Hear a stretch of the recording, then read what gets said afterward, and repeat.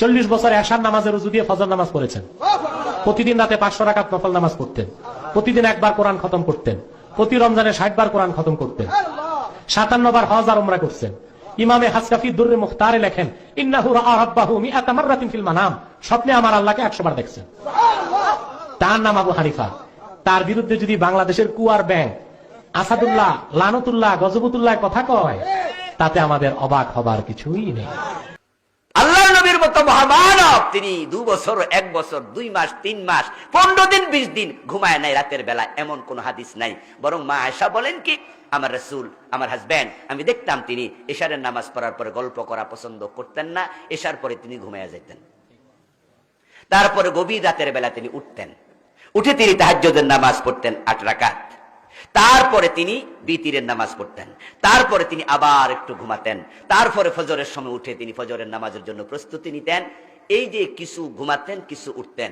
এই ওয়াজ শোনার পরে পাবলিক কয়, সুবহানাল্লাহর কি কমু, এরকম তো আমরাও পারি। আর ইমাম আবু হানিফা 40 বছর টানা এশার রোজু দিয়া ফজর পড়ছে, একটুকুও ঘুমায় নাই। পাবলিক কয় সুবহানাল্লাহ। তো রাসূলের সুন্নাহর বাইরে কি সুবহানাল্লাহ, নাউজুবিল্লাহ না বলা দরকার? ইবাজি বাজি এগুলো বাড়াবাড়ি ছাড়া কিছু নয়।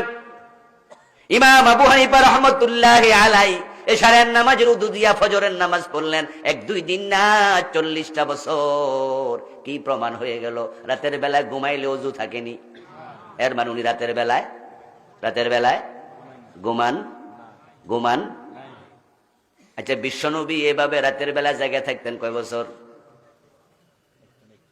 আবু বকর, ওমর, ওসমান আলী, ইমাম বুখারী, যান আপনি সাহাবীদের মাঝে বড় বড় রজুলুল কদর সাহাবী এভাবে রাতের বেলা জেগে থাকতেন না। রাসূল নিজেও পুরা রাত জেগে থাকতেন না। আমার আল্লাহ বলছে, কুমিল লাইলা ইল্লা কলিলা নিসফাহু আও ইনকুস মিনহু। আসেনি কোরআনে? আল্লাহ বলতেছে, ও নবী, রাতের বেলায় জাগো, তবে অর্ধাংশ অথবা একটু কম। রাতের বেলায় কিছু ঘুমাও, রাতের বেলায় কিছু ইবাদত করো। কারণ প্রতিটা মানুষের উপরে তার দেহের হক আছে না নাই? ঘরে বইয়ের হক আসেনি? তো যদি ইমাম আবু হানিফা বইয়ের হক আদায় করতো, শুধু ওযু না গোসল হতো ফরজ হইতো। 40টা বছর বোর কাছে গেছে না, তো বললাম আমি হয়েছে কেমনে? ভাই সব দিনে কাম সেরে লেছে নাকি? তো দিনে ব্যবসা বাণিজ্য আসছিল না? আব্দুল্লাহ জাহাঙ্গীর স্যার রাহেমাহুল্লাহ বলেন, কৃপণতা করেন না, বলেন রাহেমাহুল্লাহ। নাম তো শুনছেন? বাংলাদেশের প্রখ্যাত হাদিস বিশারদ ছিলেন। এক মাহফিলে আমি ছিলাম উপস্থিত। উনি বলতেছে যে বাংলাদেশে মানুষরে আপনি সঠিক সুন্নাহর কথা কইবেন, দেখবেন সুবহানাল্লাহ কইব মরা মরা আস্তে আস্তে, আর আজগবি সুন্নাত কইবেন সুবহানাল্লাহ জোরে মারবো। তখন তিনি এই কথাটা বলছিলেন।